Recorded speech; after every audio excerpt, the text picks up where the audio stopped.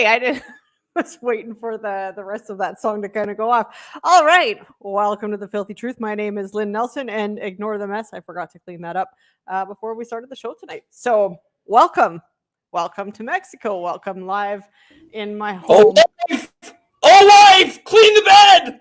I know, but you know what? It's clean clothes, and my grandson was playing with that pile over there. So we're just going to pretend that doesn't matter. Welcome to the show, everybody. Please remember to like and share so that we can get those algorithms beaten, and we can actually up the show and get the numbers up there.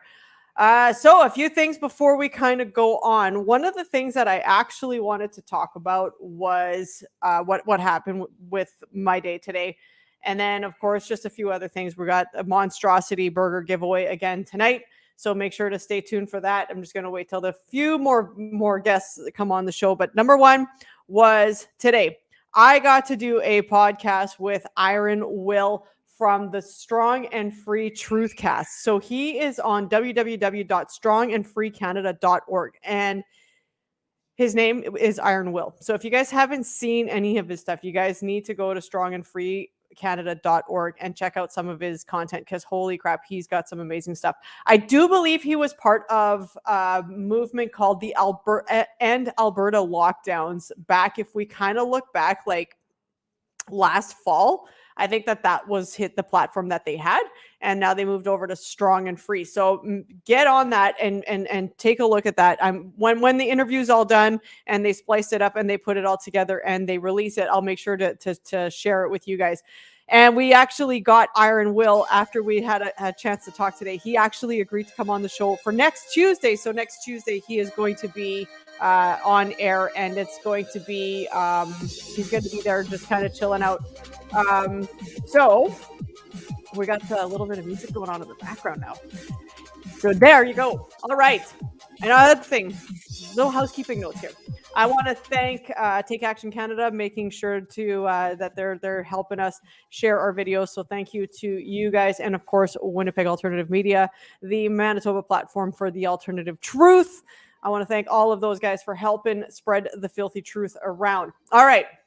So for the monstrosity giveaway, name the movie that's in my intro. So if you guys have seen that movie and it was pretty popular in the 90s, name the movie. The first one to name it gets a free burger and a free toque from Monstrosity Burger. I want to thank Paulina and Dave for helping us out. And of course, anything to help Monstrosity, of course, I'm gonna get that. The only thing that you guys have to do is when you go to, no, it's not Pulp Fiction. When you guys go and get your free burger, when you guys get your toque, you have to take a picture, you have to put it on social media, and you have to tag myself, which is the Filthy Truth, and you have to tag Monstrosity Burger. That's gonna be awesome. So again, the question is, name the movie that is on the introduction. And yes, it is A Few Good Men. That is Chris. Is it Chris Murray? Is it French, Chris? I feel like it's French for the burger giveaway. Yes, it is. A Few Good Men. Jack Nicholson. I Want the Truth. All of that's fun stuff. All right, guys. So that is what's happening there. I actually have a video. So if you can just bear with me here, I'm going to try to find where all the saved videos are. And I want you guys to take a look at this girl who was on, she made a TikTok video. That's fine.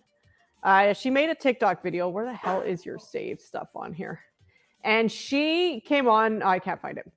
She came on the show and she said, she came on her TikTok and I was watching it, and she was having symptoms and bad ones from the third shot. So it said Moderna booster, and she had a fever. She said her teeth felt like they were going to fall apart, and they felt like they were so brittle. She said her bones hurt. And then she said this is the problem, and this is the narrative that the people who are not awake have bought into. She said, the worse your symptoms are, the better the injection is working. Now imagine that for a second.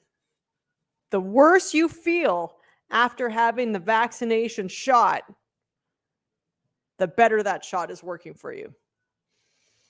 That's the mentality that's going on, that people are running out to get their boosters. They feel like shit. They feel like their bones are going to break. They feel like their teeth are going to fall out of their mouth.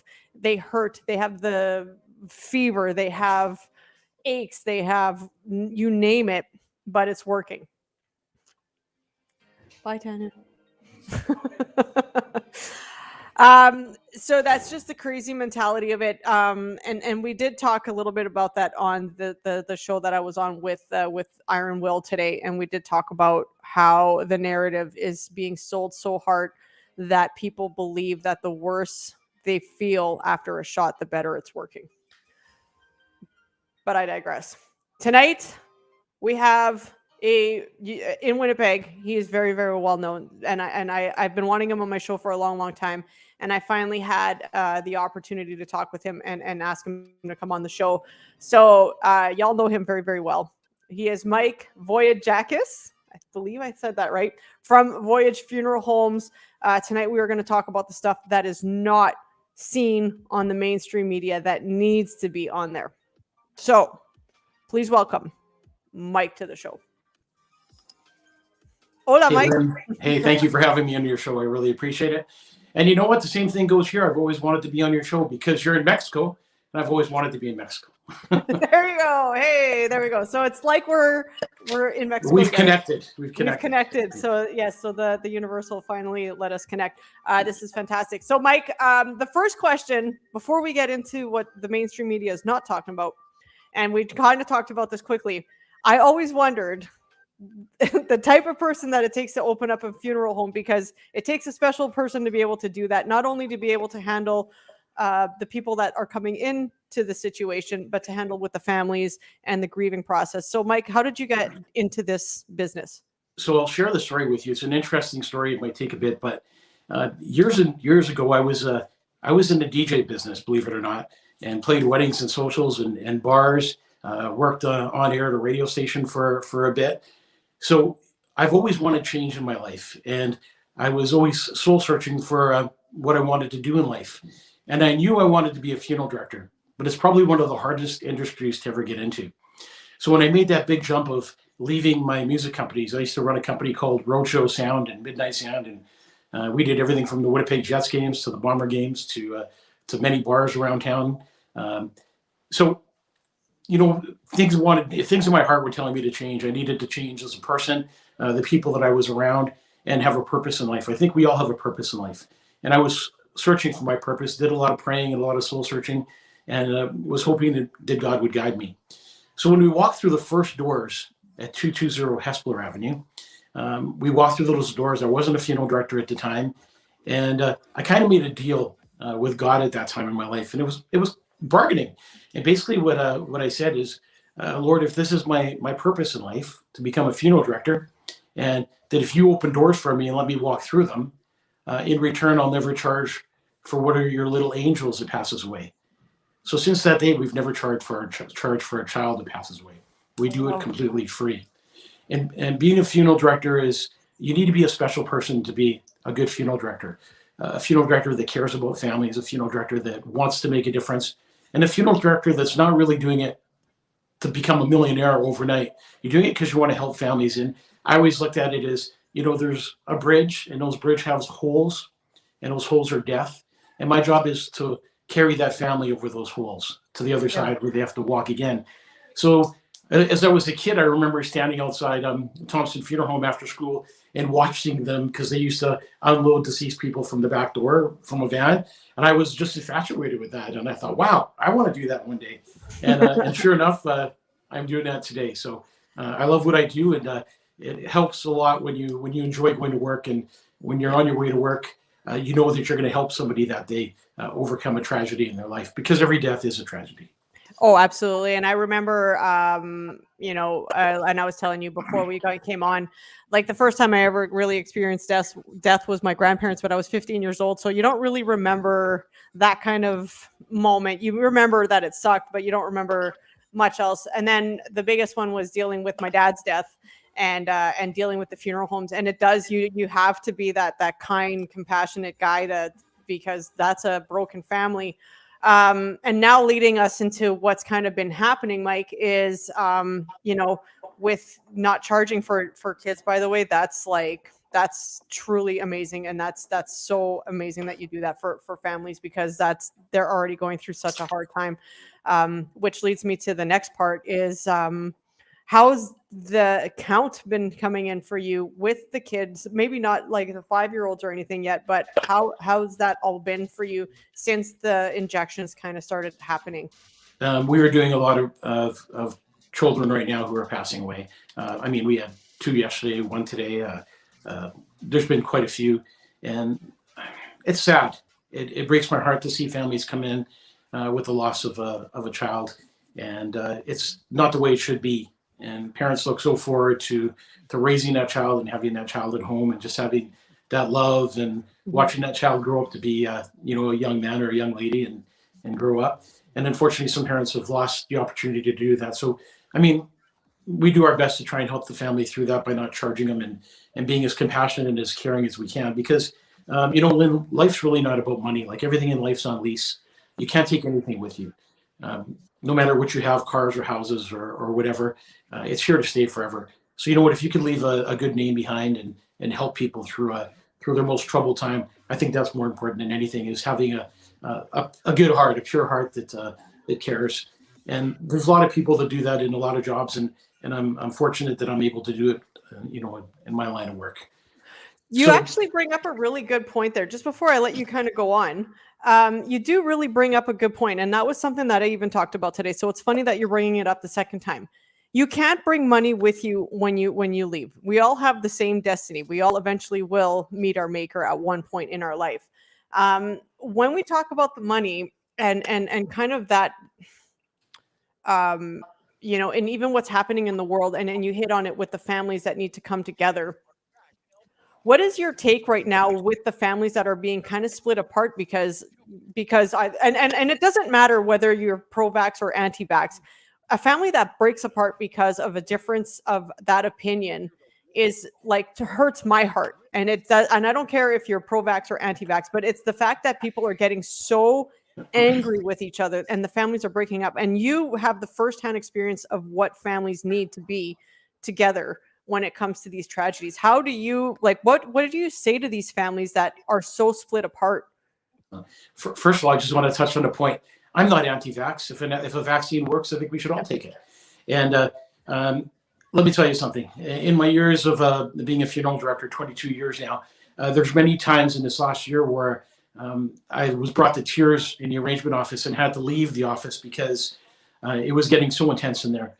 There was times where I had to ask families to leave the office because they were literally fist fighting with each other. It's come to the point where families are so divided. I could share a story with you about doing a funeral service last week or 2 weeks ago at a church. And all the years that I've been doing this, I don't think my heart was ever so broken when they invited the 25 people upstairs into a chapel that held 300 people. And the rest of the people were non-vaccinated, and they were asking them to go downstairs, and totally dividing people. And I'm not talking about just friends. I'm talking about direct family members. And I remember having to go downstairs, and I know I had tears running down my eyes when I had to walk downstairs and face these poor people that were separated as if they had a disease or, they weren't good enough. And I walked downstairs with tears in my heart, and I said to these people, I'm really, really sorry this is happening to you. This should not be happening. You should not be divided from your family or separated from your family. And I just want you to know that it's wrong. And I was telling them that when I had to give them instructions of what was going to happen next. It's even make things worse, to make things 100 times worse. At the end of the funeral service, what did they do? They took the unvaccinated and they paraded them upstairs so they could walk by the casket, weren't allowed to talk to anyone, weren't allowed to touch anything, walk by the casket, pay the respects, and leave the building. And to me, I just think that's 100% wrong, and it shouldn't happen, and it shouldn't be happening. And as far as I'm concerned, the government has gone really wrong on this one. To divide the families the way they're dividing people is wrong. To split families up and cause anger and hate and frustration, something that you could never fix, because at a time of death, we should be coming together with one another. We should be loving one another. And that's a time where a family should heal as one, and grieve. Just have time to grieve as a family and remember their loved one, their mom or their dad or brother or sister or family member. This is a time we need to be together. And unfortunately, the government's taken that time away from a lot of people. And it breaks a lot of people's hearts, and it's caused a lot of division. And in a funeral home, I see some things that I could share with you that would make your hair stand up, because it shouldn't be happening. And to tell somebody that they can't come into a funeral or can't come in to make arrangements for their loved one because they're not vaccinated, that's silly. Yeah. Let me tell you something, Lynn. In Winnipeg, you can have 1,000 people in Costco, Superstore, Home Depot, Walmarts, unvaccinated or vaccinated, it doesn't matter. They're all one in that store. They're all getting along and banging their carts at each other and joking and laughing and asking each other questions. And then when they leave that store, it's almost like reality sets in and you got to hate the person that's vaccinated. And you know what? I truly believe we need to love each other for who we are. We need to become one. And in God's eyes, we're one. And it's wrong to, it's 2021. We've come such a long ways in life, accepting so much and allowing life to just go on. And in 2021, we go backwards and we divide people like they did in the past. You know the old saying, you could go to the front of the bus, but if you're this person, you got to go to the back of the bus. Yep. And that's heartbreaking that the government would not step up and make change. That means the people that we've elected are not doing their jobs because they would care about people. What's happening behind the scenes that the media is not telling you about, and it's actually very frustrating to me as a funeral director that has to deal with this daily. And I saw today that another funeral director came out and shared his story. And I wish more funeral directors would, because behind the scenes, we're dealing with what other people don't deal with and don't see. So you could be a doctor, you could be a nurse, you could be a frontline worker, but the funeral director sees things that nobody else sees. And what we're seeing right now is something that should not be happening, dividing families like that. And when you divide people, and when you cause hate amongst people, and you cause anger amongst people, and you make a person feel like they're not wanted anymore, and they're pushed away in every corner they can, our younger generation right now is having a hard time surviving. Yep. And they're seeing a lot of black holes. And we as a society should be shining light in those souls so they can see that there is a future. And when you take away hope, and when you take away faith, and when you take somebody's chance away to see that they have a future, sometimes the only thing they see is suicide. And there's a lot of people taking their lives. And it's unfortunate that the media is not covering that part, and how many people are committing suicide, and how many poor families have to deal with that loss. Yeah. I've heard from so many parents how they have to find their child in their house. And that's something you're never going to get over with.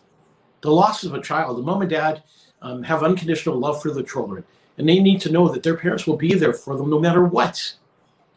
But some of these kids have been turned away so much. Not only are they being bullied by people, put a mask on, do this, do that, you can't come in here, you can't go in there, you can't go to a Jets game, you can't go to a Bomber game, you can't, but you can go to Costco in the big box stores and have 1,000 people in there, and it doesn't matter. Yep. We need to treat society fairly, and we need to become one again, because this is just going to be a bad ending. And if I can tell you one thing for the people listening to the show, please, from your heart, don't pass on hate, because you never know what another person is going through in their life. You never know what they've lost, the feeling they have in their heart, how broken they are. And that one little comment that you make can push them over the end. And once you push them over the end, that's it. Then there's no coming back from death. It's not a video game. Yeah. And we're dealing with so many drug overdoses. As a matter of fact, the hospitals can't even keep up with the drug overdoses. They can't even keep up with the autopsies. That's how many there is. So how come this isn't being shared on the media? Like, if this is and this is kind of, for me, like what I've been trying to say for a long time, and I might not bring it up on every show, but I do bring it up often enough. And it is the fact that the suicides are going to double and triple even more so than they are now when people actually start really feeling the pinch. New Brunswick now with the grocery stores being vaxxed only, people losing their jobs, all of these things, the reality is about to get in. So in your opinion, why is this not being talked about? Why is this not being shouted to the rooftops and for everyone to hear? To be honest with you, I think they don't want people to wake up and see what's happening in the background. Like, this is reality. This is the real thing. You're talking to a funeral director that deals with this every day. This isn't a game. This isn't something we make up. This is the real truth. And the truth is people are taking their lives to suicide and drug overdoses. When you lose hope, when you lose faith, and you lose trust in life, some people turn to drugs to cope with that. Yeah. I mean, let's face it, we got another pandemic happening in the background that's 1 trillion times bigger than this pandemic is ever going to be. And that's a mental health breakdown in people's minds, families falling apart, people being in homes where they shouldn't be in because there's abuse going on. What do you think happens when you lock somebody in a home for 2 years, 18 months? Do you think they're going to come out normal people? Or do you think they're going to have some anger with them, with frustration? What they've done to small businesses, how they've taken people's livelihood away. You know what that's like? It's terrible. You work so hard, you put your blood, sweat, and tears into a business, and then the government closes you down, just like that, takes away everything from you. And that affects you. It affects your mental health. It affects your family. It affects your financial situation. And it affects the rest of your life.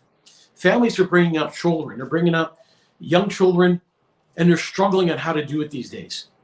And I've had one too many calls from friends asking me to talk to their children because their children have given up and they've lost hope and they want to take their lives. So Mike, when you're faced with these calls and you see this so much, and by the way, like I saw you speak at a couple rallies, and I know you've been speaking on this front for a while, and I think the one that really got me was the talk of the suicides, and it really hits not necessarily so close to home for me. I do know a couple people that passed away from suicide, but it wasn't from the pandemic. But I do know a lot of people that are on the verge. They're knocking on the door every single day. I check in on a couple other people just to make sure they're okay. How do you handle that? Being a man, you're obviously a man of faith. How do you handle that? And where has society lost the belief in what Jesus was really preaching? You know what? I tell this story all the time. I've shared it when I spoke at a couple rallies. But in 1963, my parents came here from Greece. Beautiful land, but they came to Canada because Canada was a land of opportunity. It gave people hope. It allowed people the freedom of religion, the freedom of speech, the freedom just to be yourself. And on top of it all, it gave you the opportunity to do what you wanted to do and be who you wanted to be. And people loved Canada for what it was. But Canada's taken a lot of that away from us. You know, starting in school when they took away the Lord's Prayer. This is Canada. This is what Canada stands for. It stood for that in the beginning. It helped our kids overcome fear in their lives. It allowed people to believe in something. You may not call him Jesus. You may not call him God. He might be your higher power. But people need something to believe in. And if they don't have something to believe in, they're living in a very dark world. And it seems like in Canada here, they're taking everything away from us. And people don't realize that they're losing freedom day by day. And notice, unvaxxed or vaxxed, you're still getting sick. As a matter of fact, on average, there's more vaccinated people in the hospitals than unvaccinated people in the hospitals. Yeah. And they still hate each other. And they still come down on each other so hard. And, you know, I've heard it so many times, and I'm sure you have, where they say, I'm getting vaccinated because I want to protect my mom or dad. Yeah. Well, guess what? You're not protecting them. Because vaccinated or not, they can still get sick, they can still pass on the virus, and they can still get the virus. So why not just love each other? Why not just care for each other? Why not just put faith back into our lives again? You know, when people see on TV that they're arresting pastors everywhere, locking them up and almost making it look like church is a bad thing. Well, people need church because church is the seed that's planted to give you hope and to give you faith and to allow you to move on and just to be amongst people who just want peace in their lives. Yeah. And when they take that peace away from you, then you're left with anger, frustration, and you just don't know which way to go. And if you have all this hate amongst each other and people putting you down, and it's different these days than when we were kids, because now people can lock themselves in their home and then they go on Facebook or they go on social media, and the hate continues. Yep. And they can't get away from it. And people are lonely. You know, there's people that come into funeral home who've lost parents, who were alone in their houses because they were told not to go see their parents, and then their parents were found deceased. You know, a whole week in the house, deceased. Why? Because the kids were too afraid to go to the house to see their mom and dad, because the government told them not to because they were going to get them sick. Yep. You know, I remember going into a care home, and it broke my heart to do this when I went into a care home that was highly publicized in the news.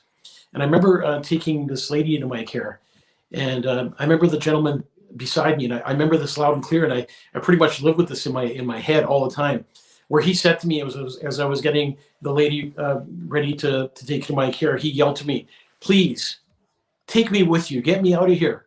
I'm going to die." And then he said, "Please give me some water."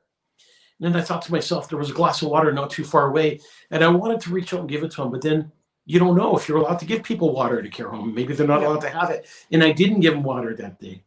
And he begged me to take him with him.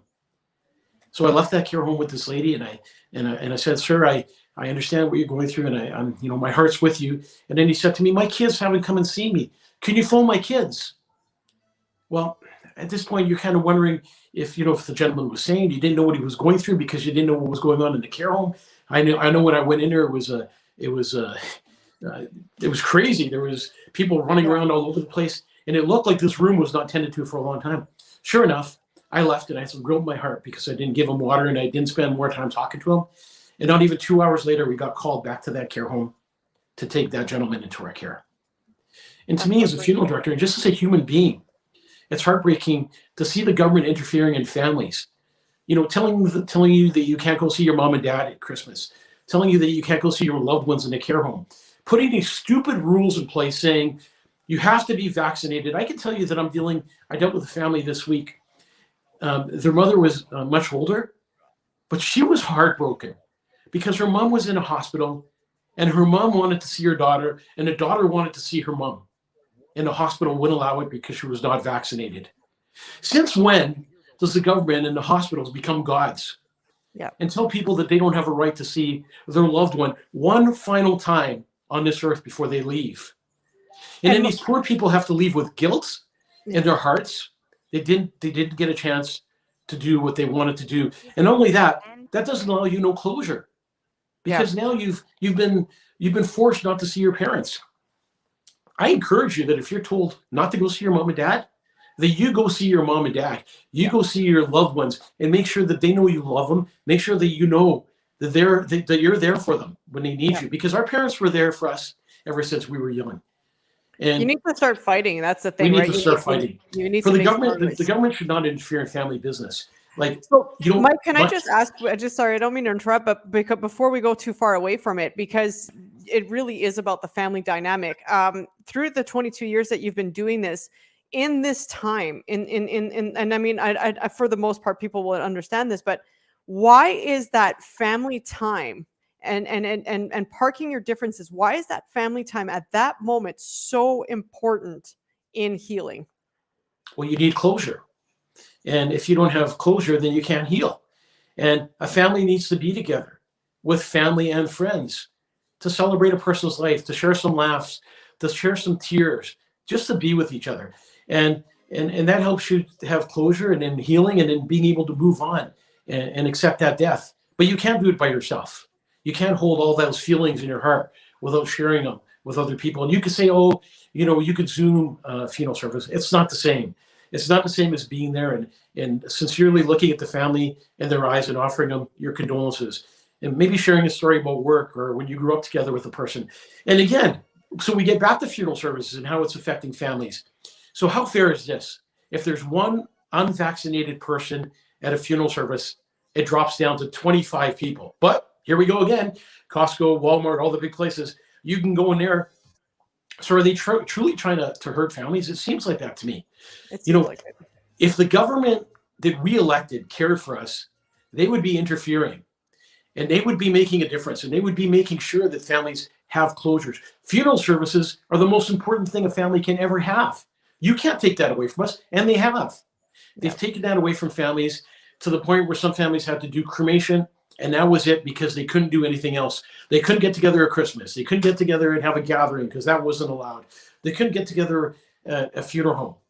So the families, the government's put so many restrictions amongst families, and now that's caused mental illness, and it's caused breakdown in families, and it's caused hate, and it's caused anger, and it's caused families not to have closure. Yeah. And if you think that's okay, I don't. then you need a good shakeup Yeah, and you know what? This is Lynn. This isn't about money for me to no. do funeral services. I don't care about that. I care about families. Families come first. Yeah.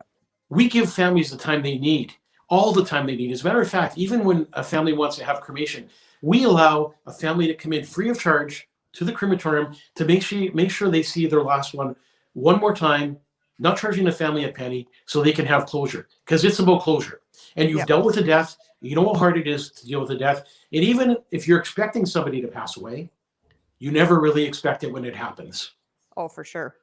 Well, yeah, because I mean, you know that it might be coming around the corner, but you always hope that there's another day, and then the day comes, and you still have them, and then you still hope that you have another day, and then the day happens, and it's still heartbreaking. We had my grandparents had cancer, so we knew it was any time now, but it's still when you find out what it is, and you hear the news, it's still really shocking. So, Mike, one of the theories that is out there is they don't want people to conjure together because of the energy that it creates, right? You kind of create that you elevate your spirits, and even though you're in a funeral, like you're saying, you get a chance to celebrate the life, you get some laughs, you get some tears. Do you think that literally will rob someone if they're having to watch it on Zoom? Does that rob them of that kind of energy and that kind of closure? Absolutely. It's like being at I mean, I don't mean to compare death to a concert, but when you go to a concert, you get the real feeling of people being around and clapping and cheering and getting into the music. At a funeral service is much the same, except, you're sharing those memories and you're seeing those videos and you're seeing the family face to face and you're singing songs and you're hearing the pastor speak and you're feeling his emotions.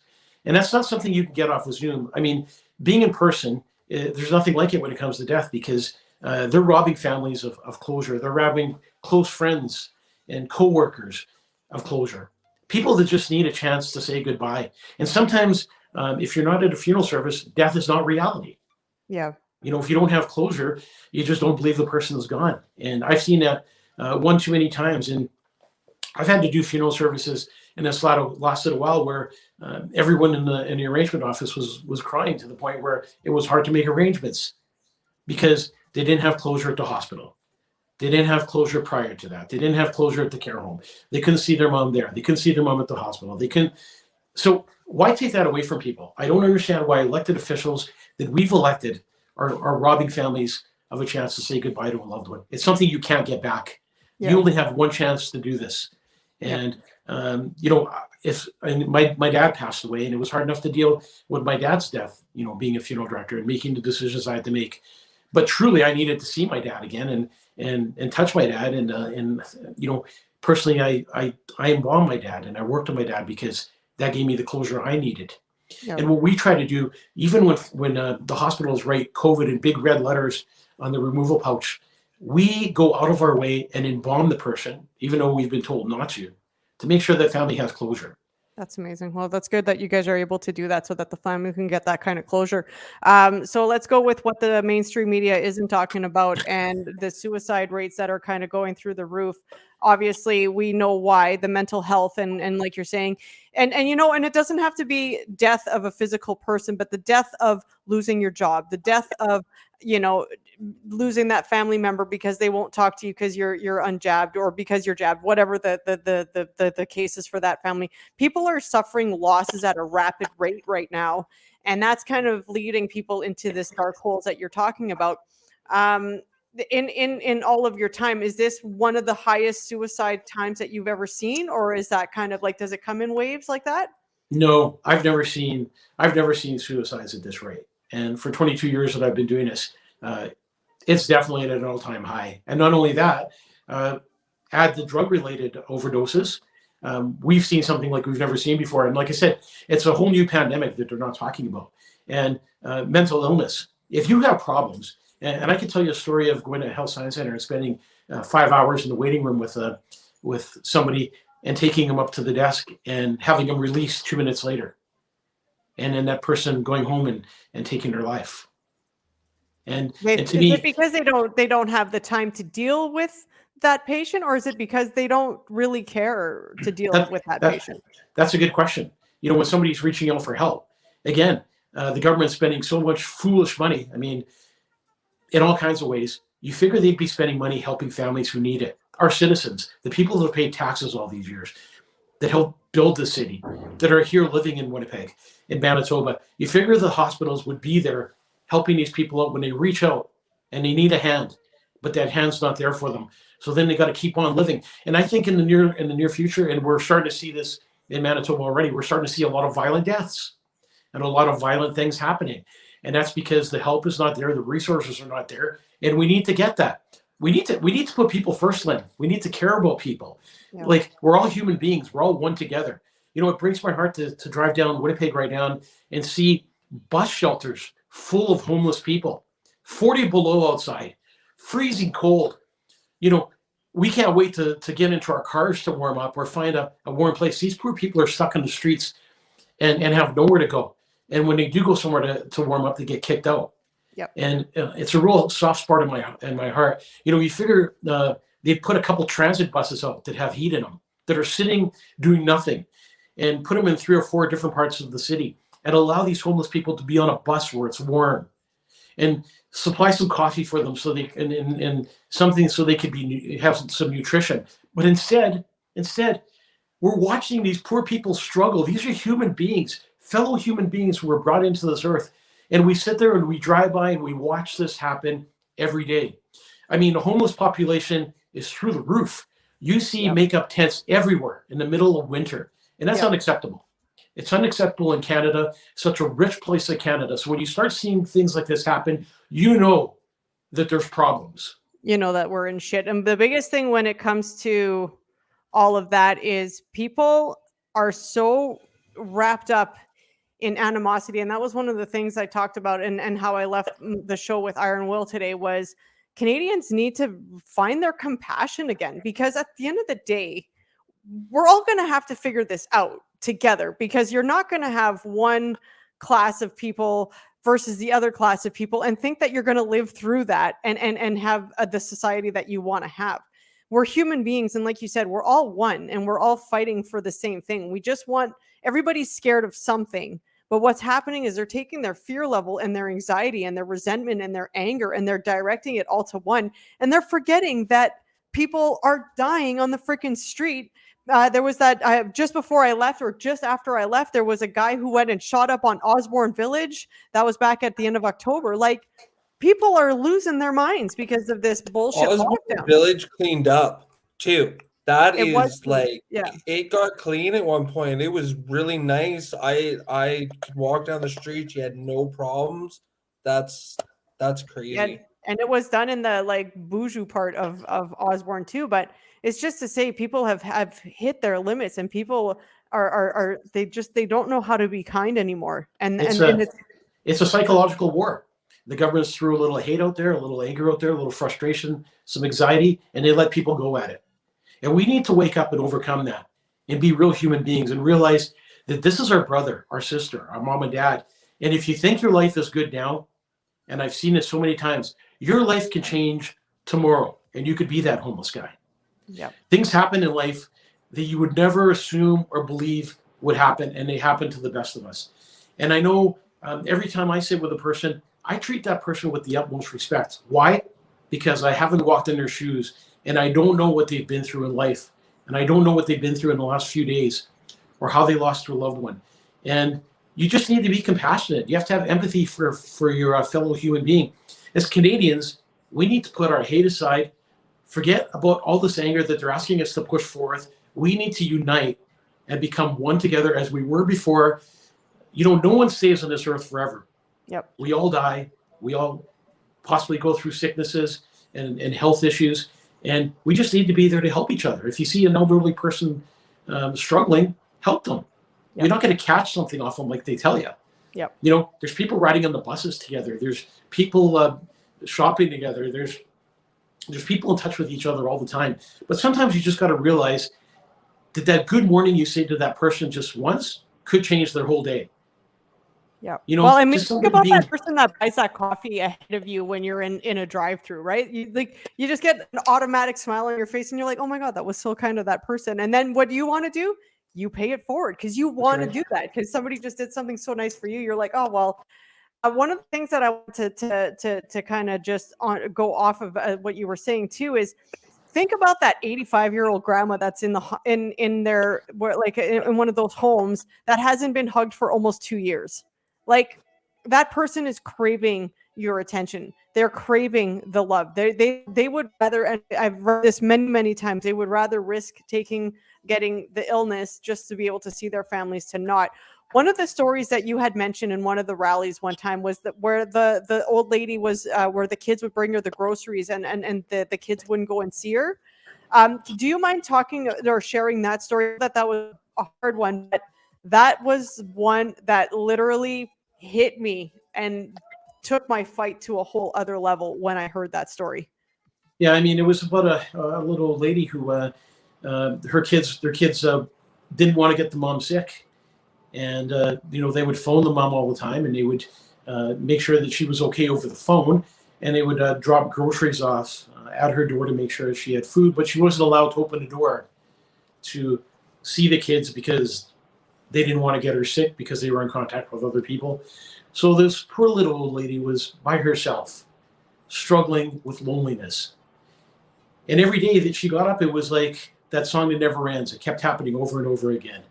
And the final time was when she said to her kids, "Please come in. I need a hug. I need to be with you. I need to have supper. I just need to be with my family. It's important. I'm lonely." Mm-hmm. And the kids said, "No, Mom, you're going to have to wait." And that was the final time those kids talked to their mom, because right after that, she took her life. And it's sad that a person that had worked so hard in this world and brought up these kids was forced to die of loneliness. And it's too bad that the kids had so much fear in them that they thought that they were going to get their mom sick. I can tell you that a lot of people would rather die of COVID or whatever the case may be, but they'd want to be with their families. Yeah. They'd want their children there. They'd want their loved ones there. They want to be together with people. As the human race, we need to be with each other. We need to be touchy and feely and care about each other and hear each other's stories, but we need to be face to face with each other. And that's why I tell you, if you have a mom or a dad or a family member that's struggling, be there for them. And if you have kids, I'm going to encourage you right now, talk to your kids. Find out where their minds are at. Find out if they're lonely in their hearts. Find out if they need help. Find out if they need prayer. Find out if they just need love. We need more love in this world, Lynne. Yeah, lots and lots of love. Yeah. And the government needs to stop doing what they're doing. They need to stop dividing people, and they need to stop causing mental health and breaking up families and doing all the wrong things that they do. And I strongly encourage people out there to wake up and see what's going on in the background. Lynne and I were talking about this prior to coming on air, about all these people, 60 or over 100 of athletes have died on the field from heart attacks. If that doesn't wake you up and make you realize that there's something wrong, you got a problem. You got to stop listening to mainstream media, because they're not telling you the truth. And I know that if I've done interviews on mainstream video and you talk for 15 minutes and they play 2 minutes or maybe a minute of what you said, and they pick out the parts that they want you to hear. Yep. But they don't care about the rest. And, shows like yours and other shows that are out right now are allowing people to know the truth and to realize that there's other people out there wondering and struggling to figure out what's going on. And why is this vaccine so important that they have to vaccinate every single person, including our kids? Yeah. And if it doesn't work, why the big push? And that's the big thing. Like I said, I'm not anti-vax at all. No, me neither. If a vaccine works, it should be out there and it should be helping people. But when you're getting a vaccine, and here's what the biggest thing is that gets me the most is people say, well, I'm vaccinated, so I have less of a chance of dying. And it's like, really? That's like putting a seatbelt on, and that's less of a chance of dying in a car accident either. But if a semi-truck's rolling down at you, chances are you could die walking out, driving home, getting hit by a car, falling down your steps, slipping and banging your head. Like, there's all kinds of ways of dying. You know what's funny is all the other deaths have gone missing. Yeah. The common cold, 65,000 cases of it just gone, and then people's excuse for that is, well, people are wearing masks now and they're washing their hands. Wrong. Wrong.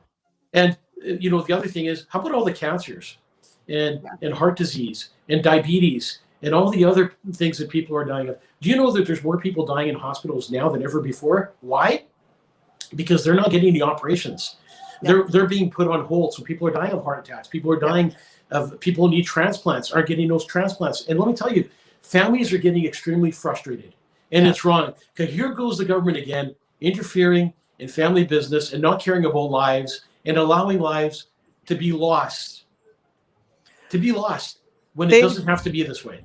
They really are. You have to be vaccinated now to get lung transplants or kidney transplants. One of the things that I wanted to say is, if let's put ourselves in the other people's shoes. So we have a family member who doesn't want to see us because we're unvaccinated, and they're hard set on like, you're going to get me sick, you're going to do this. What's some advice you can give to the person? And again, it could be the unvaxxed that's kicking the vaxxed out. It could be the vaxxed that's kicking the unvaxxed out. It doesn't matter what side of the spectrum is here. As a family or as a person dealing with maybe getting shunned, what's the advice you would give to that person to communicate with their family? I think they just need to open their hearts and share love with each other, and realize that they need to deal with the death and need to come together as one. And there's no room for hate or anger or frustration or division. You were brought into this world the same, and you're going to leave this world the same. And what drives me crazy is, if there's a fire and you're burning in that fire, are you going to stop the guy who's coming to help you and ask him if he's vaccinated or not? No, you're going to wish that this guy just pulls you out of this fire. If you're in a car accident, are you going to ask the paramedic, wait a sec, are you vaccinated or non-vaccinated? No, you're going to want his help. Yeah. Your neighbor, when you need a boost, are you going to ask him if he's non-vaccinated when you're on the cold and your car won't start? You don't care. You just want your car to start. Yeah. Oh.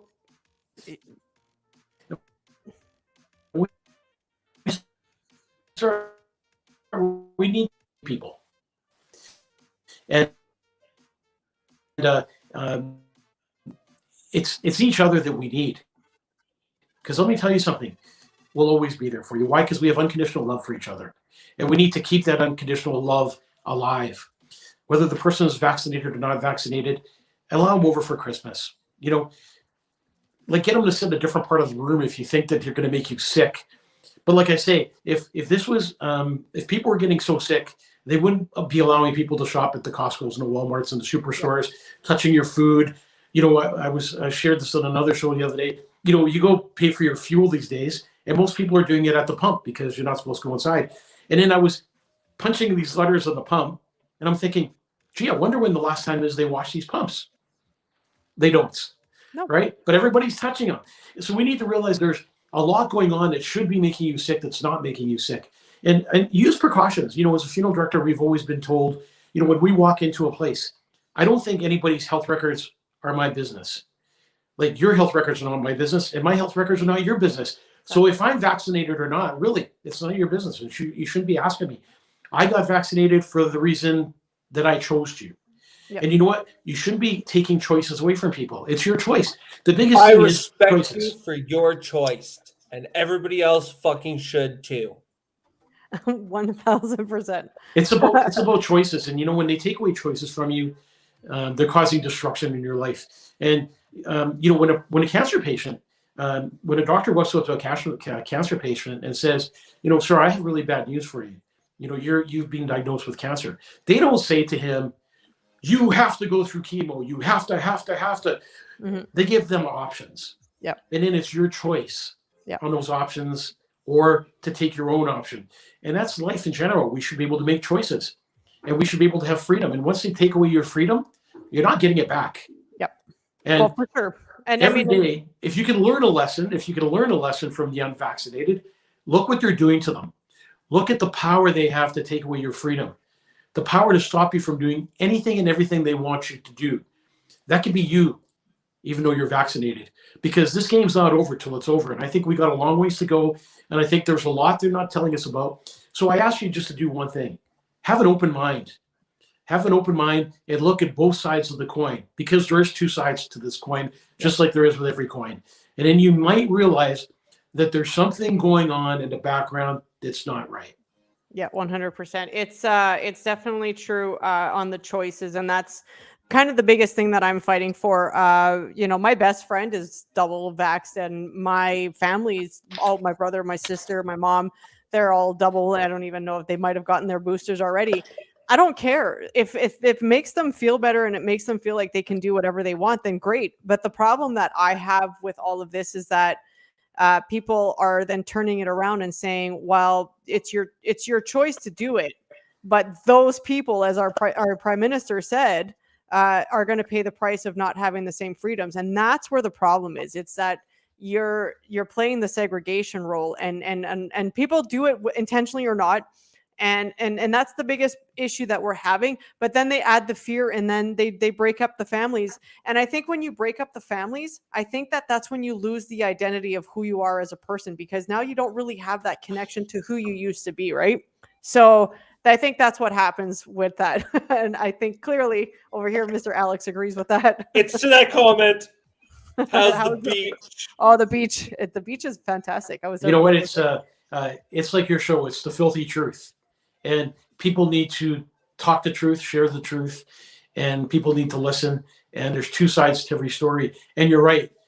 This is where the government is playing your higher power, telling you how to do it, when to do it, and why to do it. And you need to question why they're telling you to do these things. Always question things. And when they're splitting up our families and they're not allowing families to gather, and they're dividing society like they are, and causing the anger and the hate and the frustration and the anxiety. Like, people are walking around with a lot of anxiety right now. And, it doesn't take much to make a person just lose it. Yep. Because he's got so much anxiety built in. And just remember, guys, at the end of the day, when we're taking and we start to separate the people with the mental illness, and we do start to make them feel less than, they go see guys like Mike in a body bag because they can't handle the life anymore. That the only way out is to kill themselves. Mike, I want to thank you so much for taking the time tonight to join the show. You always just have so much stuff to say, and it's always so from the heart, and you can just feel the energy. Is there one last thing that you'd want to just share with the crowd tonight? I would just share with your audience tonight, just to truly find forgiveness in your heart and love in your heart. And if a family member has said, the one thing that's amazing about life is, like, it's a big checker game, and we never know when we're going to get jumped. And tomorrow you may not be here, and tomorrow I may not be here. So don't leave with hard feelings in your heart, because those hard feelings will eat you away like cancer. You need to just forgive and forget and love. Treat everybody equally. Don't listen to what anybody says about dividing people. Just love each other. As a funeral director, I can tell you I've sat with one too many families that have broken hearts. Even families who've taken their own lives after dealing with such a terrible experience. And I've had families come in and make arrangements in cases. One time that I can remember specifically, that gentleman went home and took his own life. And it was 2 suicides in a row. Because your words, your tongue is as sharp as a sword.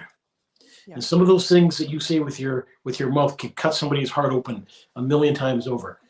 So just be grateful that we're alive, and be grateful that we have each other. Be grateful that we can communicate with each other, and take that opportunity to do so. And like I say, this Christmas, be with your family members. If you can't be with them, phone them and tell them you love them. For those homeless people, stop and get a 12-pack of Tim Hortons coffee and drop it off to them so they can.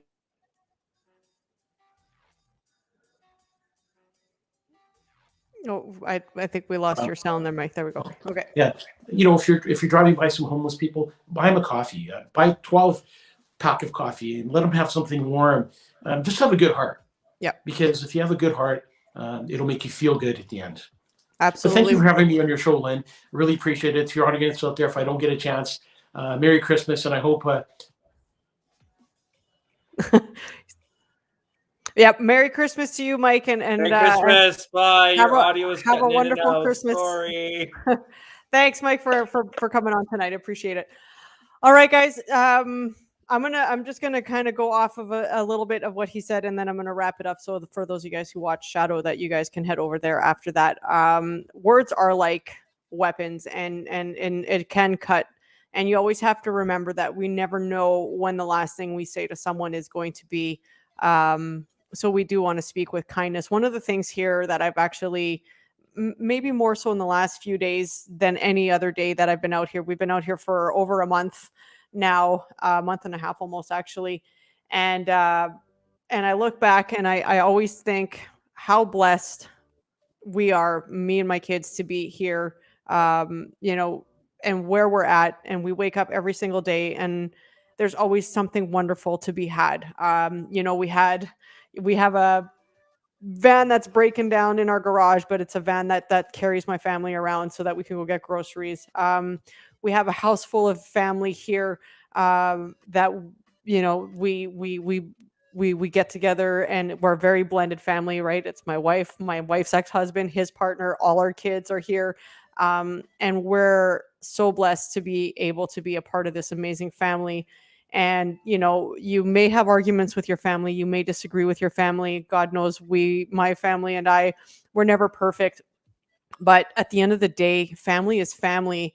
And whether you like it or not, you guys are bonded in different ways. And if you truly love each other, it doesn't matter on a vaccination status. It doesn't matter on a passport. It doesn't matter on any of those fronts. It matters what you guys want to do with your life. And what we have, and we've gotten away from this because we've gotten so far from a family dynamic. We don't really know what's normal anymore, because if you've been watching things like Friends, for example, it's the broken family dynamics, right?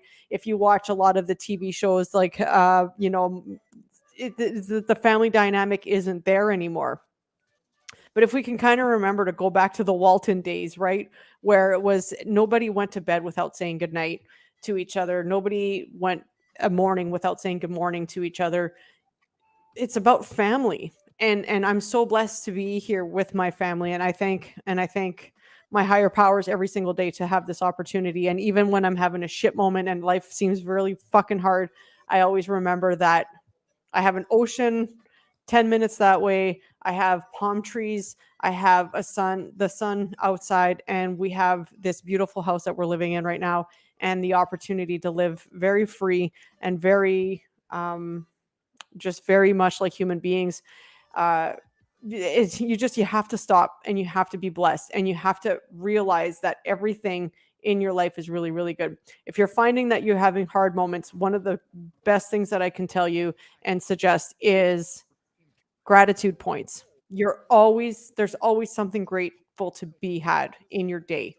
The sun's out. You've got air to breathe. Okay, maybe it's cold in Winnipeg, but you know what? The cold brings so many amazing moments to be able to have at home. Maybe it's a movie night with your kids. Maybe you guys decorate the tree. Maybe you're going to do all of these little things that actually we kind of took for granted because we don't get a Christmas tree here this year. So, you know, it's all those little things that you really want to take and just be super blessed. You can put lights on a tree outside. Fuck that. You can make one. We don't actually. We have little palm tree. Maybe we'll put it on the little palm tree. Put it on the little palm tree, man. Take some pictures. Be like, you know what? We make Christmas fucking work. Yeah, exactly. All right, guys. So that is our show for tonight. I want to thank Mike for coming on tonight. I want to thank Monstrosity Burger for their giveaway. So toque and a burger goes to Chris Morin. Congratulations. I'll contact you after the show. I also want to thank Take Action Canada. Our producer gets one too. Oh, I'm just saying. Oh. I was getting there. I want to thank Alex for producing this amazing show. Thank you so much. Thank you to Winnipeg Alternative Media for streaming our show as well. If you guys are feeling kind and generous, please feel free to go ahead and donate to the show so that we can get our platforms bigger, hit more people, and of course grow this podcast and get to as many people in Canada as we can. I love you all very, very much. Have a wonderful night. For those of you guys who are going to see Shadow Davis, make sure you say a big hello from me to him. Guys, I love you. Mr. Alex, do you mind playing some heavy metal music to log us out? Good night, everyone.